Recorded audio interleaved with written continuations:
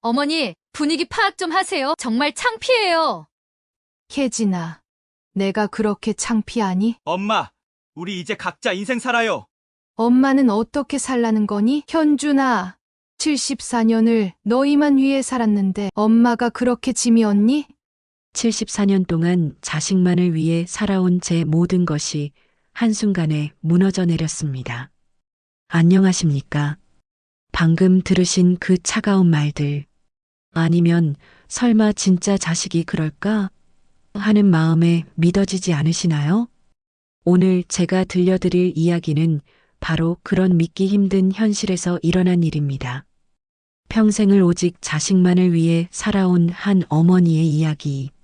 그리고 가장 큰 배신 속에서도 마침내 찾아낸 진정한 자유와 희망에 대한 이야기입니다. 혹시 지금 이 영상을 보시면서 마음 한편이 아린 분들이 계시다면 구독 버튼을 꾹 눌러주시고 좋아요도 한번 눌러주세요. 그리고 알림 설정까지 해주시면 이런 진솔하고 가슴 뜨거운 이야기들을 놓치지 않고 들으실 수 있어요. 여러분의 작은 관심 하나하나가 저에게는 세상에서 가장 큰 위로가 됩니다. 여러분, 혹시 이런 생각 해보신 적 있으세요? 내가 지금까지 살아온 인생이 정말 내 것이었을까? 오늘의 주인공도 74세가 되어서야 비로소 그 답을 찾게 됩니다. 제 이름은 이옥순입니다.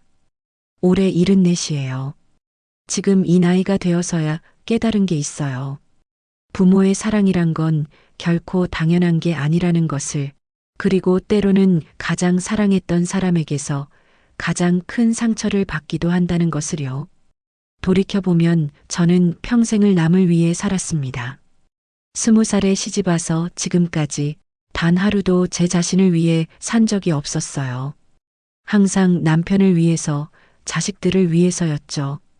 그것이 어머니의 도리이고 아내의 본분이라고 믿으며 살아왔습니다. 신혼 때는 정말 가난했어요. 남편과 저는 그 당시 초등학교도 제대로 못 나온 부부였어요. 그저 열심히 사는 것밖에는 몰랐습니다. 남편은 성실했지만 변변한 직장이 없었고 저는 새벽부터 밤늦게까지 남의 집 청소며 빨래를 해주며 푼돈을 벌었습니다. 하루 세끼 제대로 먹기도 힘든 시절이었지만 그래도 마음만큼은 부자였어요. 처자의 현준이가 태어났을 때의 기쁨은 지금도 생생해요. 아들이니까 더욱 귀했죠. 그 시절엔 아들이 집안의 기둥이라고 여겼으니까요. 갓 태어난 현준이를 품에 안고 남편과 함께 눈물을 흘렸어요. 이 아이만큼은 우리처럼 고생하지 않게 해주자고 다짐했죠. 2년 후에 딸 지영이도 태어났어요. 예쁜 딸이었지만 솔직히 말하면 아들에게 더 많은 정성을 쏟았어요. 그 시대 어머니들이 다 그랬듯이 말이에요.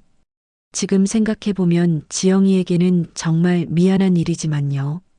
가난해도 아이들만큼은 다른 집 아이들처럼 키우고 싶었어요. 저는 새 옷 한 벌 사본 적 없이 늘 남의 옷을 얻어 입으면서도 아이들만큼은 깨끗하고 단정한 옷을 입혔어요.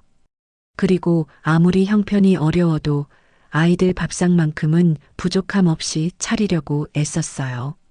그것이 어머니의 사랑이라고 생각했거든요. 남편과 저는 정말 악착같이 일했어요. 남편은 낮에는 공사장에서 막일을 하고 밤에는 공장에 경비를 섰어요. 저는 새벽 4시부터 일어나 남의 집 청소를 하고 오후에는 공장에서 부품 조립 일을 했어요. 손가락이 다 부어 터지고 허리가 끊어질 것 같아도 쉴 수 없었어요. 여름에는 뜨거운 공장에서 일하다가 쓰러지기도 했고요. 그래도 참았어요. 우리 아이들이 공부 잘해서 성공하면 이 모든 고생이 보람으로 바뀔 거라고 믿었거든요. 그렇게 10년을 악착같이 모은 돈으로 작은 고물상을 차렸어요. 고물상이라고 해봤자 평수도 작고 초라한 곳이었지만 저희에게는 꿈의 시작이었어요. 남편은 폐지와 고철을 수거해오고 저는 분류하고 정리하는 일을 맡았어요. 손님들이 보기에는 더럽고 냄새나는 일이었겠지만 저희에게는 희망 그 자체였어요. 비록 우리는 못 배웠지만 이 일을 열심히 해서 우리 아이들을 대학까지 보내고 번듯한 직장을 갖게 해주겠다는 꿈이 있었거든요. 매일 새벽부터 밤늦게까지 일하면서도 마음만은 날아갈 듯 가벼웠어요. 현준이는 공부를 정말 잘했어요. 학교에서 상도 많이 받아왔고 선생님들도 이 아이는 꼭 대학에 보내야 한다고 하셨어요. 저는 그 말을 들을 때마다 가슴이 터질 듯 뿌듯했어요. 우리 아들이 공부로 성공해서 이 가난한 처지를 벗어날 수 있겠구나 싶었거든요. 하지만 현준이가 중학생이 될 무렵부터 서서히 달라지기 시작했어요. 친구들 앞에서 저희를 부끄러워하기 시작한 거예요. 특히 고물상을 하는 부모라는 게 창피했나 봐요. 엄마, 학교에 오지 마세요. 친구들이 다 봐요. 아빠도 학부모 모임 같은데 오지 마세요. 친구들이 보면 창피해요. 그런 말을 들을 때마다 가슴에 날카로운 못이 박히는 것 같았지만 남루한 옷차림과 초라한 행색이 아이들 보기에도 부끄러웠나 봅니다. 아이가 예민한 사춘기니까 이해하려고 했어요. 딸 지영이는 오빠와는 완전히 달랐어요. 저희를 부끄러워하지도 않았고 고물상 일도 기꺼이 도와주곤 했어요. 친구들에게도 당당하게 우리 부모님은 정말 열심히 일하신다고 자랑스럽게 말하더라고요. 하지만 그런 지영이보다 현준이가 더 걱정되고 신경 쓰였어요. 아들이니까 더 잘 되어야 한다고, 더 많은 기회를 줘야 한다고 생각했거든요. 고물상이 점점 안정되면서 저희 살림도 조금씩 나아졌어요. 남편이 워낙 성실하고 꼼꼼해서 단골 손님들도 생겼고 큰 업체와도 거래를 하게 됐어요. 그렇게 10여 년이 지나니 제법 목돈도 모을 수 있었어요. 아이들 대학 등록금 정도는 걱정하지 않아도 될 만큼 말이에요. 현준이는 좋은 대학에 들어갔고 지영이도 고등학교를 졸업할 무렵이 되었어요. 그런데 현준이는 대학에 들어간 후로 더욱 저희와 거리를 두기 시작했어요. 집에도 한 달에 한 번 올까 말까 했고 와도 빨리 가려고만 했어요. 엄마, 저 이제 다 컸으니까 간섭하지 마세요. 아빠, 친구들한테 고물상한다는 말 하지 마세요. 그럴 때마다 남편과 저는 서로를 바라보며 쓸쓸한 미소를 지었어요. 아이가 커서 독립하려는 게 당연하다고, 우리 때문에 기가 죽으면 안 된다고 서로를 위로했어요. 그래도 마음 한편으로는 서운했어요. 이렇게 키운 자식이 부모를 부끄러워한다니. 그런데 현준이가 대학교 4학년이 될 무렵 운명이 저희를 시험하기 시작했어요. 평소와 다름없던 어느 아침 남편이 갑자기 하며 비틀거리더니 그대로 쓰러졌어요. 뇌출혈이었습니다. 응급실로 달려가는 구급차 안에서 남편의 차가워지는 손을 잡으며 간절히 기도했어요. 제발, 제발 괜찮게 해주세요. 다행히 생명은 건졌지만 세상이 달라졌어요. 한쪽 몸을 제대로 쓸 수 없게 된 남편. 의사 선생님의 조심스러운 말씀이 제 가슴을 무겁게 눌렀어요. 완전히 회복되기는 어려울 것 같습니다. 그때부터 정말 지옥 같은 시간이 시작됐어요. 고물상 일은 온전히 제 몫이 되었고 눈덩이처럼 불어나는 병원비와 재활치료비까지 감당해야 했어요. 밤새 남편을 돌보고 새벽에 고물상에 나가 일하는 날들이 반복됐어요. 현준이에게 간절히 도움을 요청했어요. 아들아, 엄마 혼자서는 너무 힘들다. 조금만 도와줄 수 없니? 하지만 돌아온 건 차가운 대답뿐이었어요. 저도 취업 준비 때문에 정말 바빠요. 죄송해요, 엄마. 3년이라는 긴 시간 동안 남편을 간병하면서 저는 인생의 쓰디쓴 진실을 마주했어요. 남편의 병세는 마치 희망 고문을 하는 것 같았어요. 조금 나아지는 듯 하다가도 어느 순간 다시 깊은 나락으로 떨어지곤 했거든요. 처음에는 재활치료를 열심히 받으면 다시 예전처럼 걸을 수 있을 거라고 믿었어요. 하지만 시간이 갈수록 남편은 말도 어눌해지고 저를 알아보지 못하는 날들이 늘어갔어요. 그런 아버지를 바라보는 자식들의 모습에서 저는 차가운 현실을 봤어요. 현준이는 한 달에 겨우 한두 번, 그것도 마지못해 병원에 와서는 이리저리 돌아다니다가 30분도 채 머물지 않았죠. 병실 문을 열고 들어서면서도 이미 나갈 준비를 하고 있는 것 같았어요. 아버지, 안녕하세요. 몸은 좀 어떠세요? 형식적인 인사를 던지고는 아버지와 눈도 제대로 마주치지 않았어요. 연신 핸드폰만 들여다보며 시간 가기만을 기다렸죠. 간혹 아버지가 힘겹게 손을 내밀면 잠깐 잡아주다가도 금세 놓아버렸어요. 지영이도 마찬가지였어요. 결혼 준비로 바쁘다는 핑계로 자주 오지 않았어요. 한 번 와서는 아버지가 무의식 중에 흘린 침을 보고는 노골적으로 얼굴을 찌푸렸어요. 엄마, 이러시지 말고 간병인 쓰시는 게 어때요? 그 말을 들으며 가슴이 무너졌어요. 자식들에게 아버지는 이미 짐이 되어버린 거였어요. 남편의 상태가 점점 악화될수록 아이들의 발걸음은 더욱 뜸해졌어요. 마치 약속이나 한 듯이 말이에요. 어떤 때는 아버지가 흐릿한 의식 속에서도 간절히 물으셨어요. 현준이는 언제 와? 지영이는 어디 갔어? 그럴 때마다 저는 목이 메어 제대로 대답할 수 없었어요. 결국 거짓말로 답할 수밖에 없었죠. 곧 올 거예요. 바빠서 못 오는 거예요. 하지만 남편의 흐려진 눈동자에서 저는 알 수 있었어요.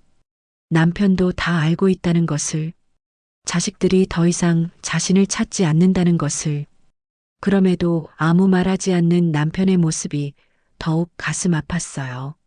그렇게 힘겨운 시간들이 흘러가던 어느 날이었어요. 남편이 평소보다 더 깊은 잠에 빠져 있었어요. 깨워도 잘 깨어나지 않았죠. 간호사가 급하게 의사를 불렀고 검사 결과는 절망적이었어요. 뇌압이 많이 올라갔습니다. 상태가 많이 악화됐어요. 의사 선생님이 조심스럽게 말씀하셨어요. 이제 마음의 준비를 하시는 게 좋겠습니다. 그 말을 듣는 순간 온 세상이 멈춰버린 것 같았어요. 급하게 현준이와 지영이에게 연락했지만 현준이는 회사 일이 있어서 내일 가겠다고 했고 지영이는 지금 시댁에 있어서 힘들다고 했어요. 결국 저 혼자 남편의 마지막을 지켜야 했어요. 그 다음날 새벽 남편이 잠깐 의식을 되찾았어요. 희미하게 눈을 뜨더니 가느다란 목소리로 제 이름을 불렀어요. 여보, 40년을 함께 산 그 목소리가 이렇게 약해질 줄은 몰랐어요. 산소 마스크 너머로 간신히 들려오는 목소리에 귀를 바짝 대고 들었습니다. 여보, 왜 내 말? 병실에서 남편이 희미하게 눈을 떴어요. 숨을 몰아쉬며 간신히 제 이름을 불렀습니다. 여보, 내 책상. 서랍 맨 뒤를 봐. 거기 봉투가 하나 있어. 무슨 봉투요? 당신 무슨 말이에요? 남편이 마지막 힘을 짜내며 제 손을 꽉 잡았어요. 나중에 반드시 쓸 일이 있을 거야. 꼭 숨겨둬. 아이들을 너무 믿지는 마라. 그게 평생을 함께한 남편의 마지막 말이었어요. 다음 날 새벽 남편은 제 손을 꼭 잡은 채 조용히 눈을 감았어요. 하지만 그때는 아직 몰랐어요. 남편의 그 마지막 말이 얼마나 정확한 예언이었는지를. 그때 남편의 눈에서 제가 본 것은 깊은 실망이었어요. 남편을 떠나보낸 후 저는 정말 허전했어요. 40여 년을 함께 산 동반자가 떠나니 세상이 텅 빈 것 같았어요. 고물상도 혼자서는 제대로 할 수 없어서 문을 닫을 수밖에 없었고요.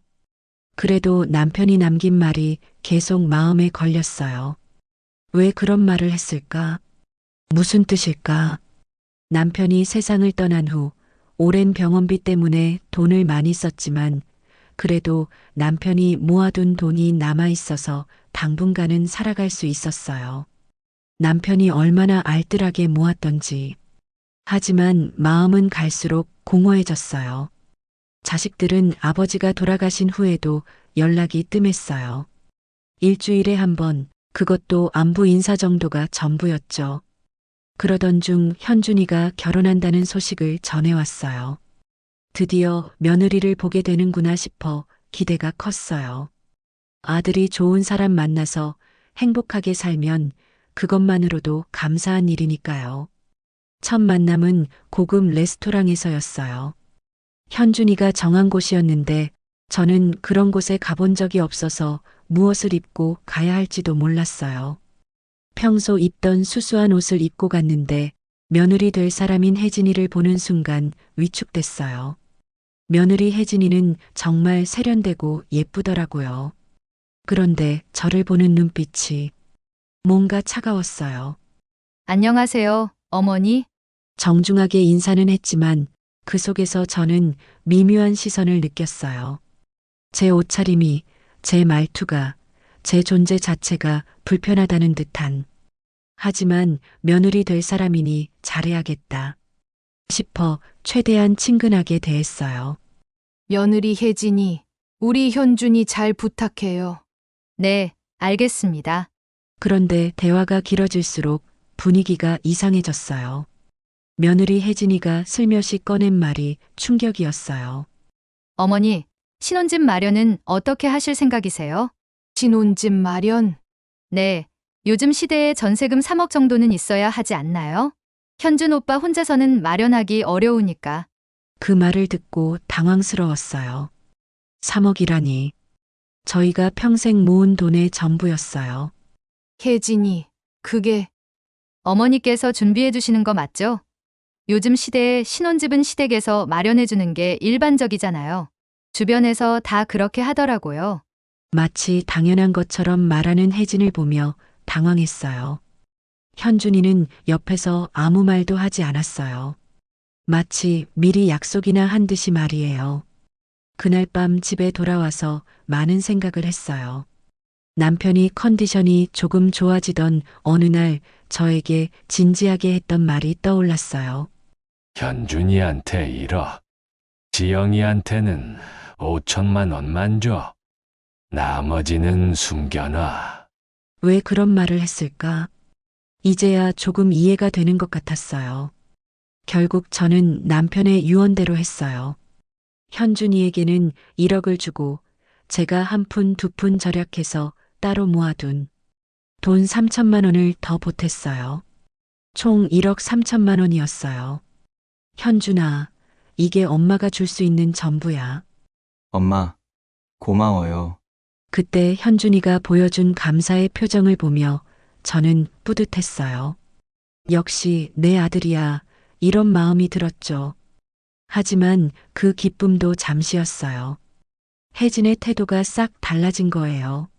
처음에는 어머니, 정말 감사해요라며 공손했던 며느리 혜진이가 돈을 받고 나서는 완전히 다른 사람이 됐어요. 결혼 준비 과정에서 저를 대하는 태도가 점점 차가워졌어요.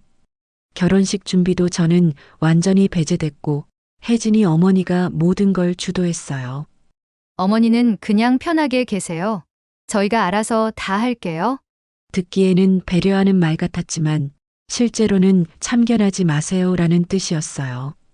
더 충격적인 건 지영이의 반응이었어요. 오빠 결혼 소식을 듣고 찾아온 지영이가 따지듯 물었어요. 엄마, 오빠한테 얼마 줬어요? 왜 그런 걸 물어? 제가 결혼할 때는 5천만 원 주고, 오빠는 얼마나 주신 거예요? 지영이의 목소리에는 원망이 가득했어요. 지영아, 그때와 지금은 상황이 달라. 어릴 때부터 오빠만 예뻐하시더니 이런 것까지 차별하세요? 그 말이 제 가슴을 비수처럼 찔렀어요. 아니라고 부정하고 싶었지만 돌이켜보니 그랬을지도 모르겠어요. 엄마는 오빠가 아들이라고 더 아끼시잖아요. 저는 딸이라서 항상 뒷전이었잖아요. 지영이의 목소리가 떨렸어요. 그동안 꾹꾹 눌러 참았던 서운함이 한꺼번에 터져 나오는 것 같았어요. 어릴 때부터 그랬어요. 오빠가 원하는 건 다 사주면서 제가 뭘 갖고 싶다고 하면 딸이라고 무관심했잖아요. 지영이의 눈에서 굵은 눈물방울이 뚝뚝 떨어졌어요. 그 순간 제 가슴이 무너져 내렸어요. 사실 그때는 정말 형편이 어려웠어요. 남편과 저는 죽도록 일해도 두 아이에게 해주고 싶은 것을 다 해줄 수 없었거든요. 현준이는 아들이기도 했지만 한번 원하는 걸 말하면 끝까지 해달라고 조르는 성격이 있어서 없는 형편에도 어떻게든 해줬던 거예요. 지영이는 안 된다고 하면 금세 포기하곤 했어요. 그래서 저는 이 아이는 착하니까 이해해주겠지 하고 대수롭지 않게 넘어갔던 것 같아요. 겉으로는 쉽게 포기하는 것 같았지만 사실은 서운함을 꾹꾹 참고 있었던 거였어요. 그런 마음들이 세월이 흐르면서 지영이 가슴속에 깊은 상처로 남아 있었던 겁니다. 그러고 보니 아버지가 아파서 3년간 투병할 때도 지영이가 자주 오지 않았던 이유를 이제야 알 것 같아요. 어릴 때부터 쌓인 서운함이 친정에 대한 무관심으로 이어진 건 아니었을까? 지금 와서 생각해 보니 그런 것 같아요. 현준이가 결혼하고 나서는 아들 집 한번 가보지 못했어요. 항상 바쁘다는 핑계였어요. 엄마, 저희 아직 신혼이라서 다음에 시간 되실 때 연락드릴게요. 한 달, 두 달이 지나도 연락은 오지 않았어요. 제가 먼저 전화하면 며느리 혜진이가 받았어요. 어머니, 현주 씨는 회사에 갔어요. 아직 안 들어왔어요. 항상 그런 식이었어요. 마치 저를 피하는 것 같았어요. 그러다 어느 날 며느리의 진짜 속마음을 알게 됐어요. 우연히 현준이가 전화 받는 소리를 들었거든요. 엄마 전화가 또 왔다고? 이번에는 뭐라고 해? 그냥 바쁘다고 해. 솔직히 부담스러워. 맞아. 우리가 뭔가 해드려야 할 것 같고. 근데 솔직히 이제는 돈도 없으시잖아. 그 대화를 듣는 순간 온몸에 전기가 흐르는 것 같았어요. 내가 자식들에게 짐이 됐구나. 부담스러운 존재가 됐구나. 그로부터 1년 후 현준이에게 아들이 태어났어요. 손자가 생긴다는 소식에 얼마나 기뻤는지 몰라요. 드디어 할머니가 되는구나 싶어서요. 돌잔치는 큰 호텔 뷔페에서 열렸어요. 저는 손자를 위해 정성껏 준비했어요. 비싸지는 않지만 마음을 담아 선물도 준비하고 제일 좋은 옷을 입고 갔어요. 그런데 그날이 제 인생에서 가장 치욕스러운 날이 됐어요. 호텔에 도착해 보니 며느리 혜진이 친정 식구들이 먼저 와 있었어요. 모두 말끔하게 차려입고 있었는데 저만 유독 초라해 보였어요. 며느리 혜진이는 저를 보더니 대놓고 수군거렸어요. 아, 저분이 시어머니구나. 생각보다 더 촌스럽네. 그 말을 듣고도 참았어요. 손자 돌잔치인데 분위기를 망칠 수는 없잖아요. 하지만 더 큰 모욕이 기다리고 있었어요. 음식을 가져오려고 뷔페 코너로 가던 중에 며느리가 친구들에게 하는 말이 귀에 들어왔어요. 시어머니가 좀 그래. 옷차림도 그렇고 말투도 그렇고 정말 부끄러워 죽겠어. 그 순간 머리가 멍해졌어요. 가져오려던 접시를 놓칠 뻔했고 손끝까지 떨렸어요. 그래도 참고 있었는데 며느리 혜진이가 제게 직접 한 말이 결정타였어요. 어머니, 이런 곳에 오시면 조금 격식을 차려입으시는 것이 좋겠어요. 정말 창피해요. 그 순간 40년간 쌓아온 인내심이 무너졌어요. 혜진아, 그게 어른한테 할 말이야? 어머니 때문에 손자 돌잔치에서 우리가 얼마나 부끄러운지 아세요? 현준아, 엄마가 그렇게 창피하니? 저는 간절히 아들을 바라봤어요. 엄마 편을 들어달라는 눈빛으로. 하지만 현준이의 대답은 더욱 충격적이었어요. 어머니, 분위기 파악 좀 하세요. 정말 창피해요. 현준아, 엄마가 그렇게 창피하니? 엄마, 우리 이제 각자 인생 살아요. 엄마는 어떻게 살라는 거니? 현준아, 그 순간 74년 동안 자식만을 위해 살아온 제 모든 것이 한순간에 무너져 내렸습니다. 그날 밤 집에 돌아온 저는 정말 죽고 싶었어요. 74년을 살아오면서 이렇게 절망스러운 적은 없었거든요. 평생 사랑했던 자식들에게 우리 이제 각자 인생 살아요는 말을 들었을 때의 그 참혹함을 경험해보지 않으신 분들은 모르실 거예요. 거울 앞에 선 제 모습이 초라하게 느껴졌어요. 정말 그들 말대로 세련되지 못한 늙은 여자일 뿐이었을까요? 남은 돈도 없고 교양도 없고 자식들에게 짐이 되는 존재일 뿐이었을까요? 그런데 문득 남편의 마지막 말이 떠올랐어요. 아이들을 너무 믿지는 마라. 그때는 무슨 뜻인지 몰랐는데 이제야 남편이 왜 그런 말을 했는지 알 것 같았어요. 혹시 남편이 이미 자식들의 속마음을 알고 있었던 걸까요? 그날 밤 저는 처음으로 남편의 책상 서랍을 빼서 안쪽을 뒤져봤어요. 결혼 후 40년 동안 한 번도 건드려 보지 않았던 남편만의 공간이었거든요.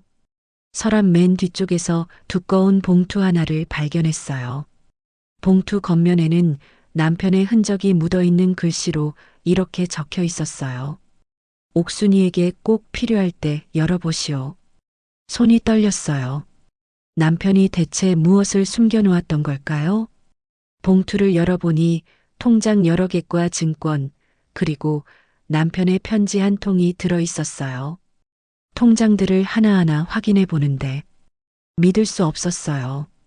정기예금 통장, 주식, 심지어 신탁까지 그리고 도장이 여러 개 찍힌 유언장도 있었어요. 남편이 대부분의 재산을 제 명의로 만들어 놓았고 아이들 몰래 신탁도 설정해 놨더라고요. 남편이 고물상을 하면서 벌어들인 돈을 아껴 모으고 또 투자해서 모아둔 돈이 무려 15억이 넘었어요. 더 놀라운 건 남편의 편지였어요. 떨리는 손으로 편지를 펼쳤어요. 여보, 이 편지를 읽고 있다면 내가 먼저 세상을 떠났다는 뜻이겠지. 미안해. 살아생전에 말하지 못했던 이야기를 이렇게 편지로 남겨. 우리가 평생 모은 돈이 이렇게 많다는 걸 왜 숨겨뒀는지 궁금하겠지. 사실 나는 오래전부터 아이들을 지켜봤어. 그래서 내가 아프기 전에 미리 조금씩 준비해 두었어. 그런데 내가 아프면서 많은 걸 깨달았지. 현준이가 병원에 와서 하는 말들, 지영이가 아픈 아버지를 보며 하는 표정들 다 보고 있었어. 그들에게 아버지는 이미 짐이 되어버렸더라고. 그래서 결심했어. 아이들한테는 적당한 돈만 주고 나머지는 당신이 필요할 때 쓰라고. 언젠가는 꼭 필요한 날이 올 거야. 여보, 아이들을 원망하지는 마. 그저 그런 세상이 된 거지. 하지만 당신은 당신을 위해 살아야 해. 평생 남을 위해 살았으니 이제는 자신을 위해 살아도 돼. 이 돈으로 당신이 하고 싶었던 것들을 다 해봐. 그리고 절대 아이들에게 휘둘리지 마. 당신 곁에 있지 못해서 미안해. 그리고 당신 참 고생 많았고 고마웠어. 편지를 다 읽고 나니 눈물이 쏟아졌어요. 남편이 얼마나 많은 걸 보고 있었는지, 얼마나 깊이 생각했는지, 그리고 얼마나 저를 사랑했는지 느껴졌거든요. 그날 밤 저는 많은 생각을 했어요. 남편의 말이 맞았어요. 더 이상 자식들에게 휘둘리지 않아도 되겠다는 안도감이 밀려왔어요. 그동안 저는 가난한 어머니였기 때문에 자식들 눈치를 보며 살았어요. 혹시 짐이 될까봐, 혹시 부담될까봐. 항상 조심조심 살았죠. 하지만 이제 알았어요.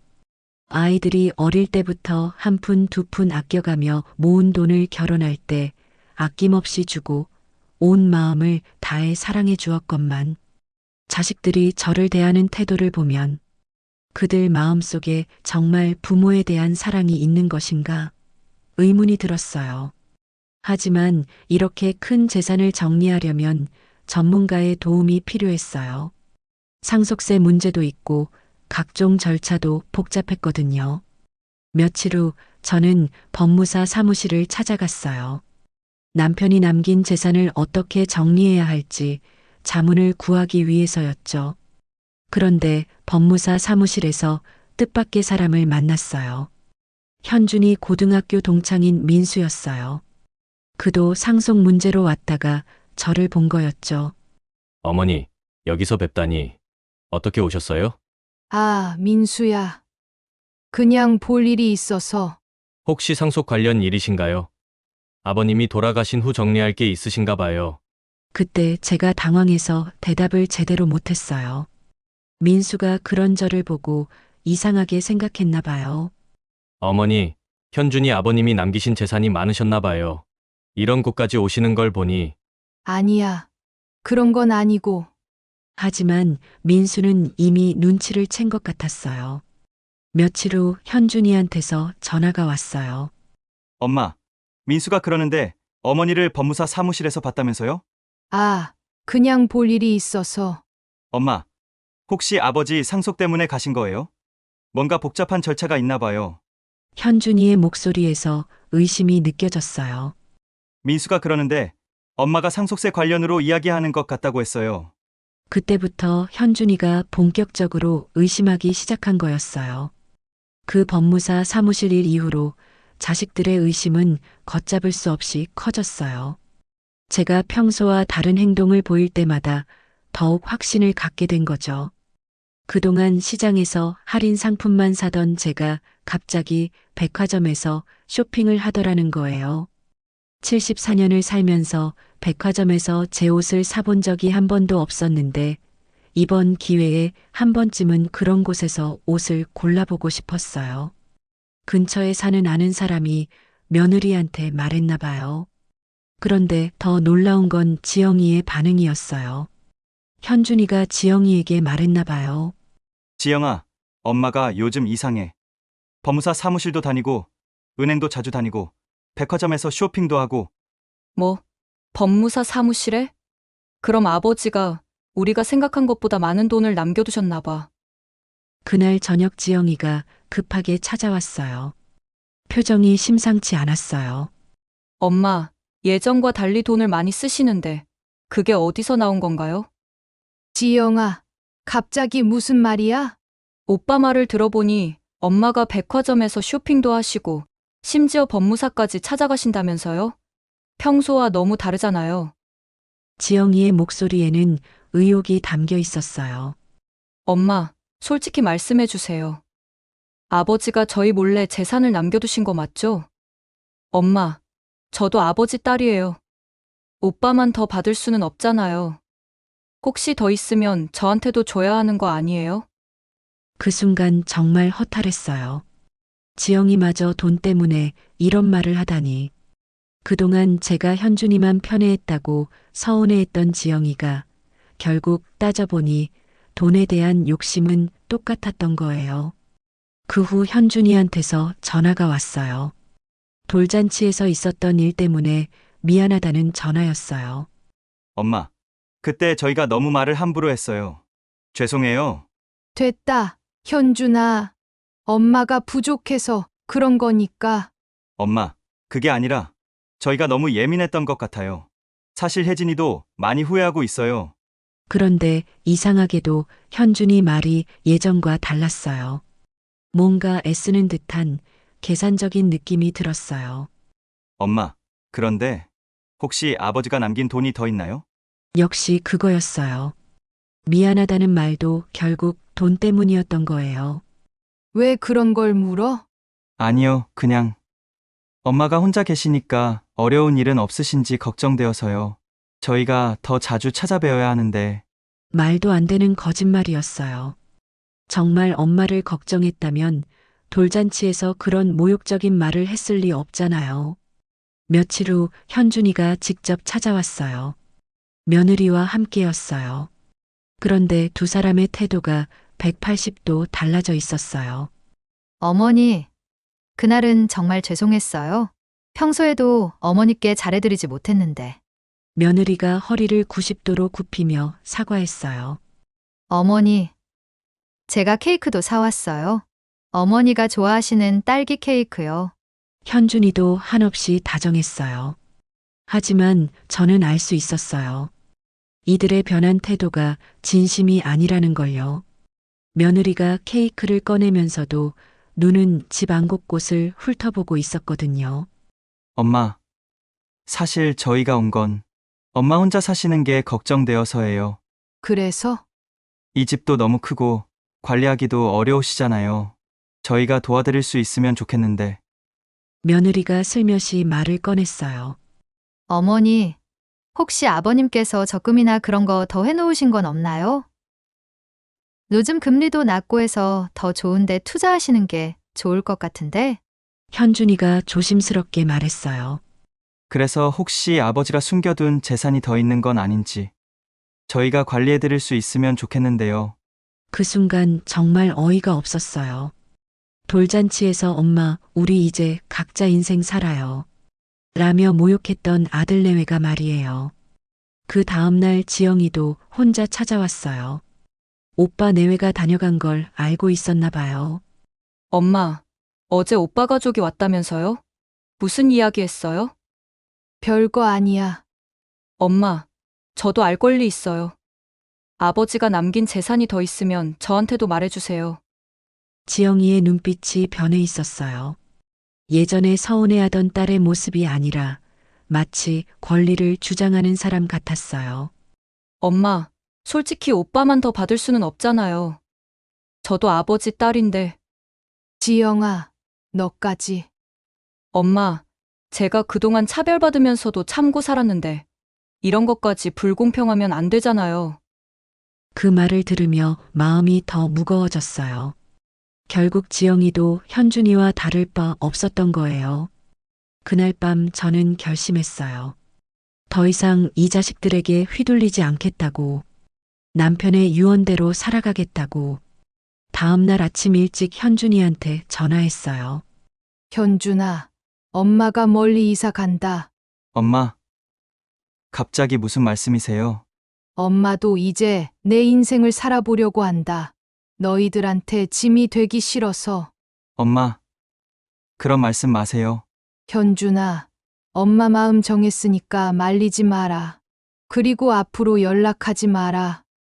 엄마, 전화를 끊고 지영이에게도 똑같이 말했어요. 지영아, 엄마 이사 간다. 너희들이 그동안 엄마한테 어떻게 했는지 한번 깊이 생각해봐라. 너희가 자식으로서 어떻게 해야 하는지 스스로 깨달을 때까지 시간이 필요할 것 같다. 그동안 너희들 어린 시절에 제대로 해주지 못해서 늘 미안해하며 살았어. 돈이 없어서 좋은 것도 못 해주고 부끄러운 부모라고 생각하면서 항상 죄인처럼 살았단다. 지영이의 눈에서 눈물이 흘렀어요. 그런데 이제야 깨달았어. 가난하다고 해서 부모가 자식에게 죄인이 되는 건 아니라는 걸. 엄마도 존중받을 권리가 있고 당당하게 살 권리가 있다는 걸 말이야. 엄마, 평생 너희들만 생각하고 살았는데 이제는 가난한 엄마가 아니라 그냥 이옥순이라는 한 사람으로 살아보고 싶단다. 그리고 몇 달 후에 지금 살고 있는 집을 정리해서 팔았어요. 예전부터 늘 그리워했던 곳으로 돌아가기로 했거든요. 제가 시집 오기 전 20살까지 살았던 고향, 영주로 말이에요. 돌아가신 부모님이 계셨던 그 정든 동네에 작지만 아늑한 집을 마련했어요. 영주로 가는 기차 안에서 창밖을 바라보며 많은 생각이 들었어요. 50년 만에 돌아가는 고향이었거든요. 시집 와서 한 번도 제 고향에서 살아본 적이 없었는데 이제야 돌아가게 되다니. 새로 산 아파트는 소박했지만 제게는 궁전 같았어요. 무엇보다 자식들 눈치를 보지 않아도 되는 곳이었거든요. 74세에 새로운 인생을 시작한다는 게 쉽지 않았지만 그렇게 무섭지도 않았어요. 오히려 설렜어요. 기차가 영주역에 도착했을 때 마치 어린 시절로 돌아간 것 같은 기분이었어요. 공기도 더 맑고 하늘도 더 높아 보였어요. 무엇보다 아무도 저를 누구의 엄마가 아닌 그냥 이옥순으로 봐주는 곳이었거든요. 새로 산 아파트는 소박했지만 제게는 궁전 같았어요. 작은 베란다에서 바라보는 풍경도 예쁘고 무엇보다 자식들 눈치를 보지 않아도 되는 제만의 공간이었어요. 영주에 정착하고 나서 저는 평생 해보고 싶었던 일들을 하나씩 시작했어요. 먼저 한글 공부를 시작했어요. 글을 제대로 배운 적이 없어서 늘 부끄러웠는데 이제야 당당하게 배울 수 있게 됐어요. 노인복지관에서 하는 한글 교실에 등록했더니 저처럼 배우고 싶어 하는 어르신들이 많더라고요. 옥순 씨, 글씨 정말 잘 쓰시네요. 선생님이 칭찬해 주실 때마다 어린아이처럼 기뻤어요. 74세에 받는 첫 번째 칭찬이었거든요. 그리고 파크 골프도 배웠어요. 평생 운동이라곤 해본 적 없었는데 시원한 잔디밭에서 공을 치니까 마음까지 후련해졌어요. 함께 파크 골프를 치는 어르신들과도 친해졌고요. 옥순 씨, 오늘 저녁에 우리 같이 식사 어때요? 좋아요. 이런 대화를 나눌 수 있다는 게 얼마나 행복한지 몰라요.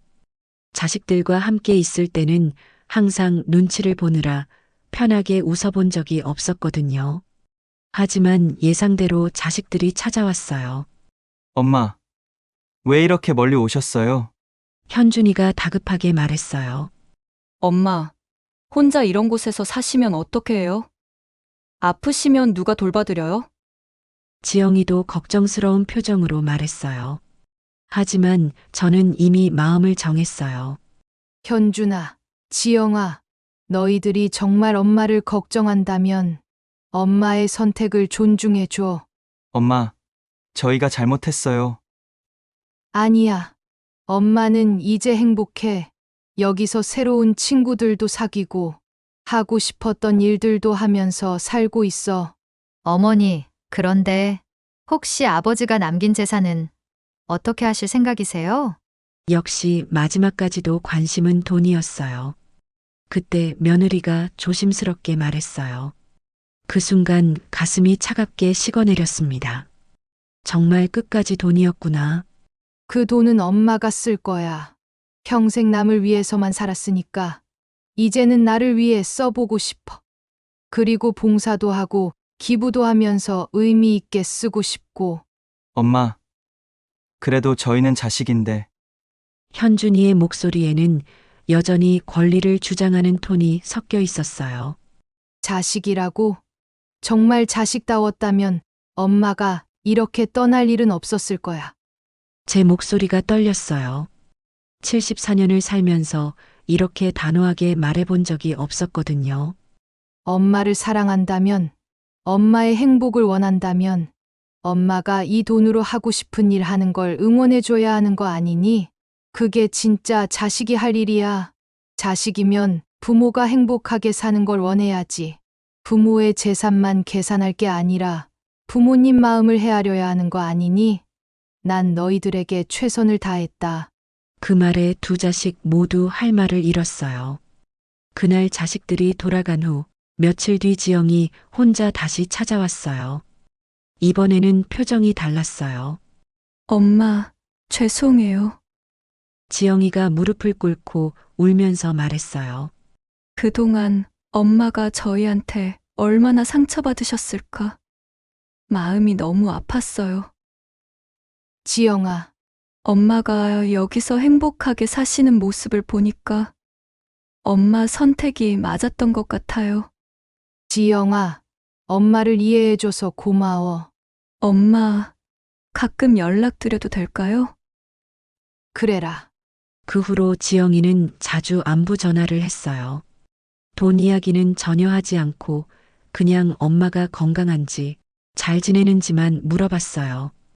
그리고 한 달에 한 번 정도는 영주까지 찾아와서 함께 밥도 먹고 소소한 이야기도 나누고 갔어요. 현준이는 여전히 서운해하는 것 같았어요. 그 이후로는 더 이상 찾아오지 않았고 명절 때 간단한 안부 전화만 하는 정도였어요.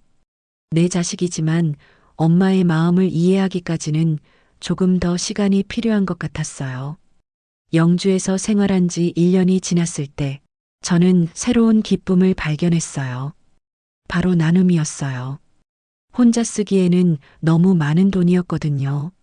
그래서 독거노인 복지센터에 기부도 하고 어려운 이웃들을 도우는 일에도 참여했어요. 옥순 할머니가 후원해 주셔서 홀로 사시는 어르신들이 든든하게 식사하실 수 있어요. 복지사 선생님이 고마워할 때마다 가슴이 뭉클했어요.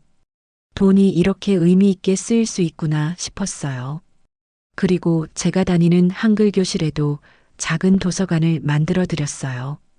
저처럼 배우고 싶어 하는 어르신들이 책을 보며 공부할 수 있도록요. 어느 날 저녁 남편 사진 앞에 앉아 이야기했어요. 여보, 당신 말이 맞았어. 정말 필요한 날이 왔네요. 당신이 숨겨둔 이 돈 덕분에 저는 정말 잘 지내고 있어요. 여보, 고마워요. 마지막까지 나를 지켜줘서. 74세에 찾은 이 자유가 얼마나 소중한지 매일매일 느끼고 있어요. 아침에 눈을 뜨면 오늘은 뭘 할까 설레고 저녁에는 오늘 하루도 즐거웠다며 감사해요. 아무도 제게 엄마는 이래야 해, 어머니는 저래야 해라고 말하지 않거든요. 한글 공부도 계속하고 있고 파크 골프 실력도 늘었어요. 새로 사귄 친구들과 가끔 여행도 다녀요. 경주도 다녀왔어요. 74년을 살면서 처음 해보는 일들이었어요. 가끔 옛날 생각이 날 때도 있어요. 자식들을 위해 모든 걸 희생했던 그 시절이요. 그때는 그게 당연한 줄 알았는데 이제 보니 희생만이 사랑의 전부는 아니더라고요. 진정한 사랑은 서로를 존중하는 거였어요. 여러분, 혹시 지금 저와 비슷한 상황에 계신 분들이 있다면 제 이야기가 조금이나마 도움이 되었으면 좋겠어요. 저는 74세에 새로운 인생을 시작했지만 여러분은 더 일찍 깨달으실 수 있을 거예요. 늦었다고 생각하지 마세요.